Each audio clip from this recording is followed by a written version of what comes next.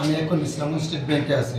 কালকে আমাদের 5/7/2026 কালকে সকালবেলা আমার অ্যাকাউন্টে প্রথমে 1 টাকা ঢোকে, তারপরে কিছুক্ষণের মধ্যে 5-7 মিনিটের মধ্যে আমার অ্যাকাউন্ট থেকে 3বারে 2100 করে 3100 এরকম করে 7200 টাকা একটা নিছে। এখন তাহলে আমরা নিরাপদ কই থাকবো যদি ব্যাংকের অ্যাকাউন্টে আমার টাকা সেভ না থাকে? তাহলে কই জমা করব? তুমি কি কোনো ওটিপি বা কিছু দিছো?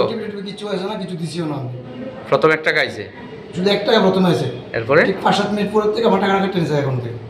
22 টাকা রাখছে আমার অ্যাকাউন্টে।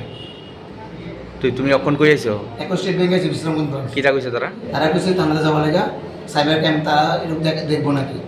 ওইটাই তো আমার সবচেয়ে বড় বিষয়, কারণ কই টাকা রাখবো আমরা।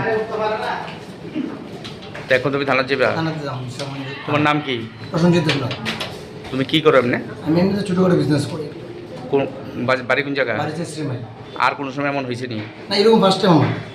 মশলা হাতে নয় চামচে তুলুন। লংতরাই গুঁড়ো মশলার প্রতিটি 250 গ্রাম প্যাকেটের সাথে 1টি চামচ ফ্রি। লংতরাই গুঁড়ো মশলা, রান্নায় তোমাকে চাই।